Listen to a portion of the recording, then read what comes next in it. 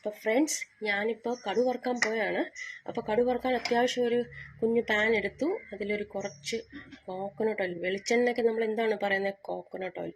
അപ്പം നമ്മൾ കേരളത്തിൽ മാക്സിമം കോക്കനട്ട് ഓയിലാണ് യൂസ് ചെയ്യുന്നത് അല്ലേ. ഇപ്പം പിന്നെ അത്യാവശ്യമുള്ളത് എന്താണ്, എൻ്റെ കടുക്. അപ്പോൾ കടുകിന് ഇംഗ്ലീഷിൽ എന്താണ് പറയുന്നത്, മസ്റ്റർഡ് സീഡ്സ്. ഞാൻ എടുത്തത് വറ്റൽമുളക്. വറ്റൽമുളക് എന്ന് പറയുമ്പോൾ ഡ്രൈ റെഡ് ചില്ലി. ഇതിൻ്റെ കൂട്ടത്തിൽ ഞാൻ എടുത്തത് അല്പം ചെറിയ ഉള്ളി അരിഞ്ഞതാണ്. ഇതിന് ഇംഗ്ലീഷിൽ പറയുന്നത് ഷാലറ്റ്സ്. ഓക്കെ.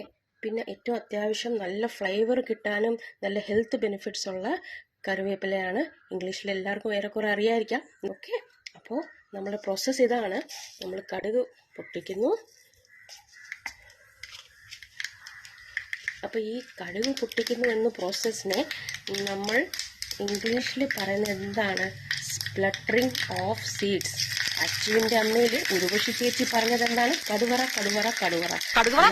ഇംഗ്ലീഷിൽ പറയുന്നത് എന്താണ്, spluttering of mustard seeds. Okay, thank U.